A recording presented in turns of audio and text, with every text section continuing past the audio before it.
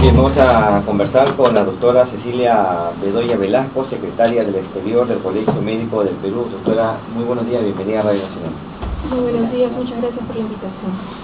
Doctora, es común que cuando una persona tiene un accidente, una persona de escasos recursos, tiene un accidente y está cerca de una clínica, no la atienden en la clínica, o ella o los familiares no lo internan porque consideran que por la falta de recursos no le van a dar los servicios de emergencia. Sin embargo, hay una ley que dice lo contrario. Así es, la ley 27604, que modifica la Ley General de Salud, la ley 26842, establece la obligación de los establecimientos de salud de dar atención de emergencia a todos los pacientes que lo requieran, ¿no? Entonces, cuando nosotros tenemos una persona que está en situación de emergencia, porque sufrió un accidente o presenta un síntoma grave de que está afectada su salud, debemos buscar el establecimiento que está más cercano que pueda resolver el problema de salud, ¿no? Es decir, aun cuando no tenga recursos, pero está mal de salud, está ante una situación de emergencia y hay una clínica a 2 cuadras, por muy costosa que sea esta clínica, este establecimiento tiene la obligación de atenderlo. Así es uno de los derechos que garantiza esta ley de emergencia, y también está contemplado en la ley 29414, que es la ley que establece los derechos de los usuarios en salud, ¿no? Donde se señala de que hay una garantía de todas las personas de recibir atención de emergencia cuando lo necesitan. Entonces el tema económico no debe ser un impedimento, ¿no? Ahora, la clínica puede decir quién cubre los costos, los gastos, ¿cómo se ve esa parte?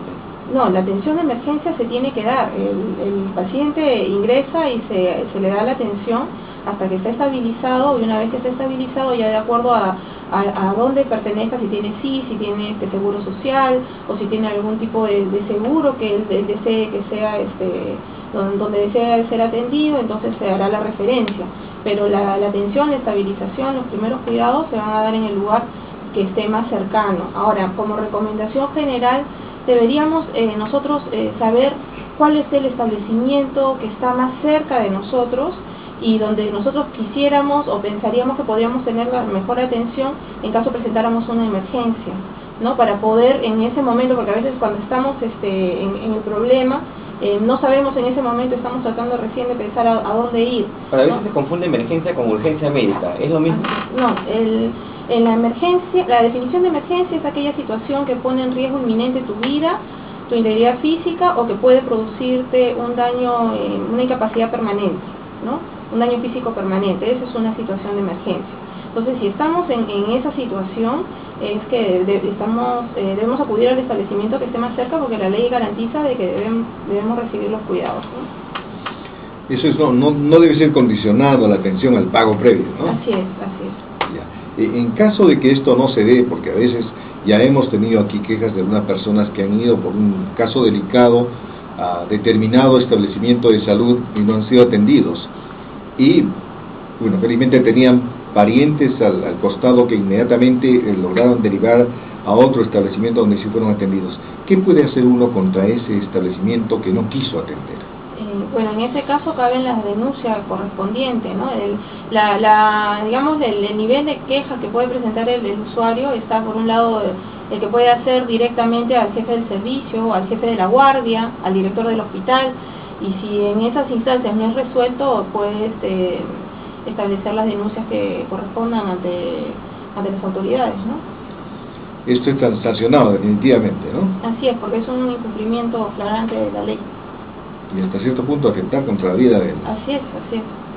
Ahora bien, veamos el tema de también lo que requieren los pacientes, sobre todo cuando están en manos de un médico. Aparte de la atención oportuna, también es el derecho a la información correcta y concreta sobre su mal, ¿no? Sí, como mencionaba, la ley 29414, que es la ley que establece los derechos de los usuarios en salud, establece una serie de derechos que están agrupados básicamente en 4 grupos. Un derecho al acceso de los servicios de salud, donde está contemplado todo ese tema de la atención de emergencias, entre otros. Está el derecho a la información, a una información veraz, completa, oportuna, ¿no?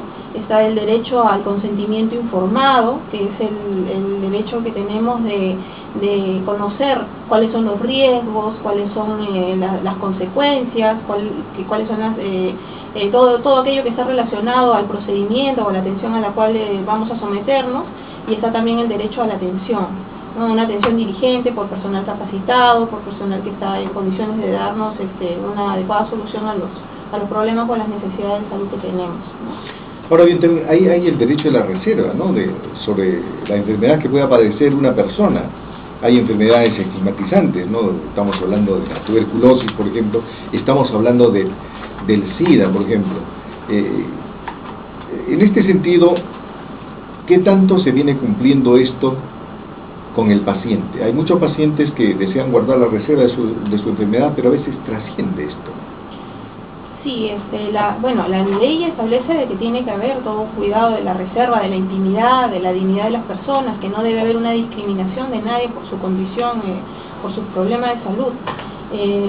Sin embargo, como tú señalas, hay casos en los cuales esto se ve transgredido, a veces por las mismas personas no contribuyen al cuidado de la confidencialidad de la información. A veces son familiares o son situaciones personales donde personas que están en el entorno de los pacientes llegan a los establecimientos y a veces usando argumentos que no son ciertos, obtienen información y luego la difunden, ¿no?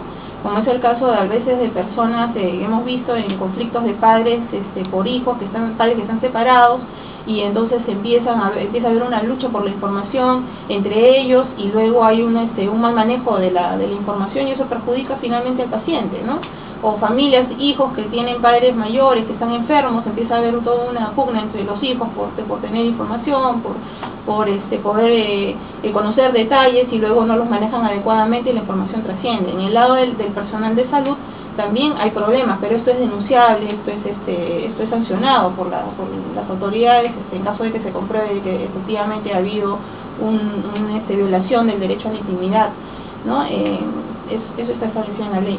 El tema, por ejemplo, de padres e hijos, el ADN, eso también es reservado, es una información confidencial. Toda información que está relacionada al acto médico es confidencial, ¿no? Es tanto la parte del diagnóstico como la parte del tratamiento, como el tema del pronóstico de la enfermedad. Toda esa información es confidencial y la ley garantiza de que así sea. El 13 de agosto se celebra el Día del Paciente. En este sentido, se está cumpliendo por parte de los médicos al momento de prescribir la receta, poner junto con el medicamento de marca su equivalente en genérico. Sí, Digemid está haciendo un trabajo muy importante, creo yo, en el tema de verificar de que la prescripción de medicamentos, ¿no?, y la entrega de medicamentos se realice en forma correcta. Ahora, en este tema se ha aliado también Indecopi con el tema de sus libros de reclamaciones. En los establecimientos de salud ya están disponibles los libros de reclamaciones para que los usuarios puedan hacer el registro de sus quejas, de todas aquellas cuestiones que no están bien, ¿no?, de una manera de repente más rápida, porque a veces establecer el mayor problema con la denuncia, con la queja, es el canal, ¿no? O sea, cómo yo canalizo mi demanda, mis observaciones, mis necesidades.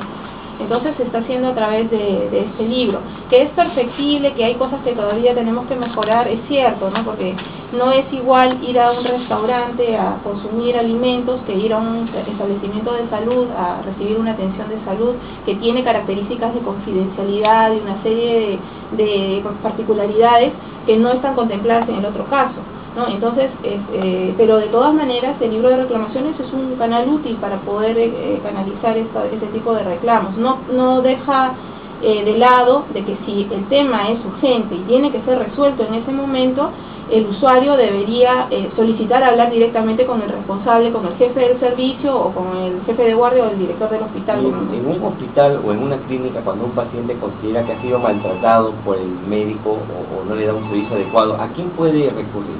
En los hospitales hay unidades de atención al cliente, están las direcciones de calidad, en el caso del Ministerio de Salud, están las unidades de defensoría del asegurado, en el caso de la seguridad social. En las clínicas privadas tienen las oficinas de reclamos, donde las personas se acercan y presentan sus quejas directamente, ¿no? Y además de eso tienen el libro de reclamaciones, donde también pueden dejar constancia. Hay un plazo de 30 días para que el establecimiento responda a las quejas que han presentado los usuarios. Pero por esta característica del trámite, yo recomendaría a la población que nos esté escuchando de que si el tema es urgente, debe de pedir hablar directamente con el responsable para que su problema de salud sea resuelto en ese momento. O sea, podemos escribir, por ejemplo, en el libro de reclamaciones que los baños no estuvieron limpios, podríamos escribir de que de repente recibimos una mala atención de parte del personal de vigilancia, el personal que da la cita, los admisionistas, porque eso puede seguir un trámite y podemos esperar la respuesta. Pero si el tema es de que nuestro paciente está recibiendo una mala atención que puede afectar seriamente su salud, lo primero sería que eso se resuelva y luego podríamos hacer la queja a través del libro, ¿no? Sabemos que el Colegio Médico va a hacer una serie de actividades con motivo del Día del Paciente.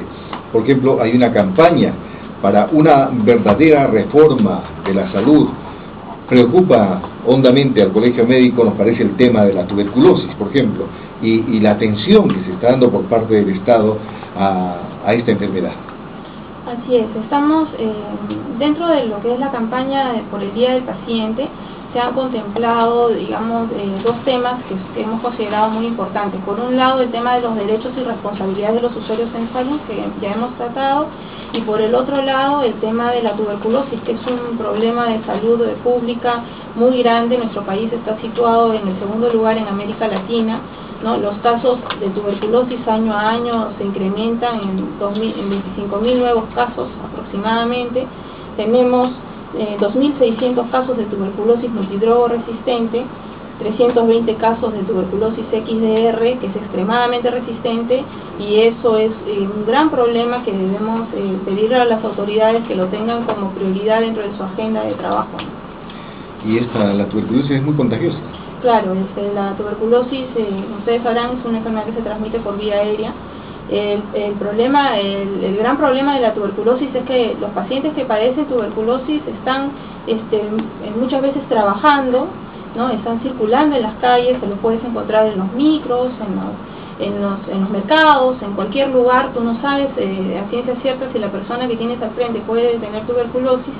Y la tuberculosis es una enfermedad que está asociada a temas a las características económicas y sociales de la población. Es una población de bajos recursos, una población que vive en hacinamiento, tiene mayor riesgo. Por eso tenemos que el problema más importante está en los lugares, digamos, de mayor pobreza, en los cerros que rodean Lima. Son bolsones de pacientes que tienen esta enfermedad, y dado que se transmite por vía aérea, entonces las personas que estén alrededor o que estén en situaciones que las ponen en un riesgo de poder adquirir más fácilmente la enfermedad, como es la desnutrición, un mal estado inmunológico, otras enfermedades concomitantes como por ejemplo el VIH, ¿no? y circunstancias que afecten en general su estado inmunológico, su fortaleza, la fortaleza de su salud, van a estar más predispuestos a adquirirla.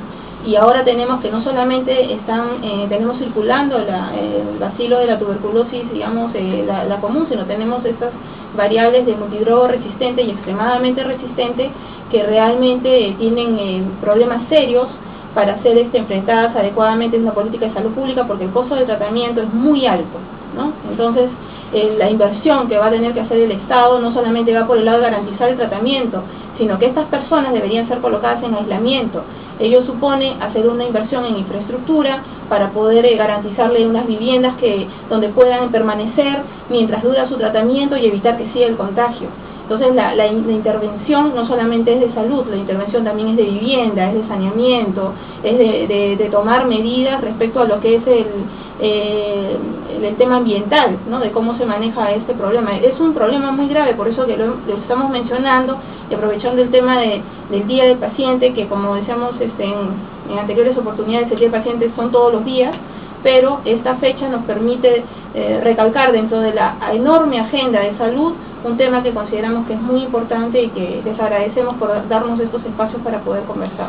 Este tema de la tuberculosis extremadamente resistente tiene en estadísticas 320 casos, pero seguramente hay muchísimos más. Sí, es muy probable de que haya muchos más casos, porque el tema pasa por la oportunidad del diagnóstico. O sea, la persona tiene que definitivamente tener conciencia de lo que puede tener, acudir al establecimiento, se tienen que hacer las pruebas, y recién allí la persona entra en conocimiento de que tiene la enfermedad, ¿no? Y también hay una búsqueda activa, o sea, las autoridades tienen que disponer las acciones necesarias para que el personal haga una búsqueda. Ahora, hacer una búsqueda de una enfermedad tan grave es todo un tema, es un riesgo. Presentábamos en el desayuno de prensa que organizamos con motivo del Día del Paciente el caso de médicos que están enfermos con tuberculosis extremadamente resistente, ¿no? Y realmente todo pasa por contar también con los equipos de protección personal que deben tener el personal de salud, que tiene que ser adecuados.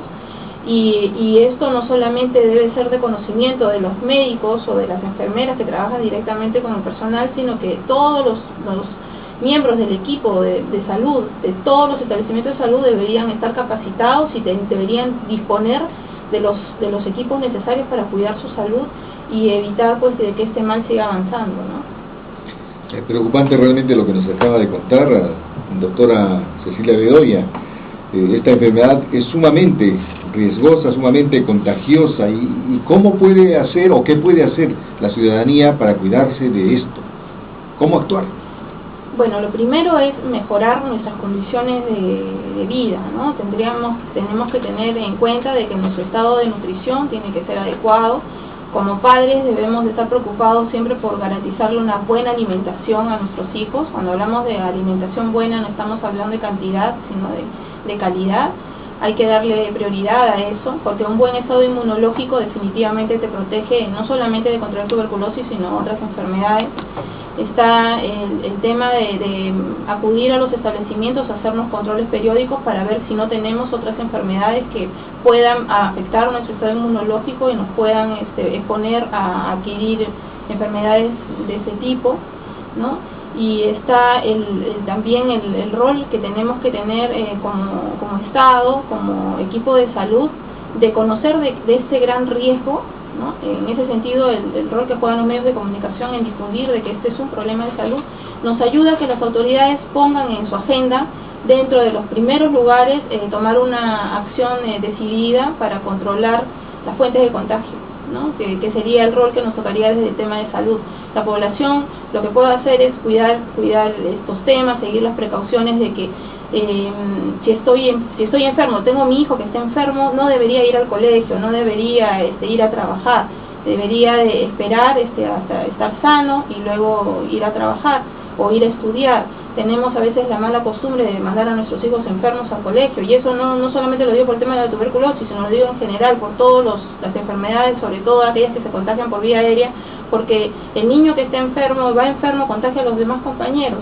Tenemos que crear una cultura de salud en nuestros niños. Todos los cambios que podamos dar como país, que van a servir a futuro para tener una sociedad más equitativa, con respeto a los derechos, se tienen que dar desde la infancia. No podemos pedir de que ya cuando los profesionales o las personas ya están trabajando, ya son adultas, pedir cambios de conducta es muy difícil. Tenemos que trabajar con nuestros niños.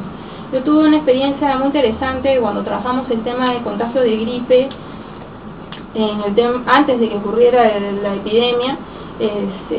Trabajamos con un grupo de niños en forma casi accidental. Estábamos enseñándoles cómo cubrirse la boca al toser, estornudar, y la importancia del lavado de manos, y parecía mentira. O sea, esos niños han crecido convencidos de cómo deben actuar, y ellos lo hacen, y ellos les recomiendan a los adultos que lo hagan, y se preocupan cuando ven que una persona tose y no se cubre o no se lava las manos. Entonces yo estoy convencida de que el cambio se tiene que dar desde desde el nivel escolar, con los niños. Hay que trabajar en las escuelas contenidos. De repente va a ser necesario hacer una reforma de la currícula, introducir mayores temas de educación para la vida, o sea, lo que nos va a servir para cuando seamos adultos cuidar mejor nuestra salud y la de nuestros hijos, y tener una ciudad realmente saludable.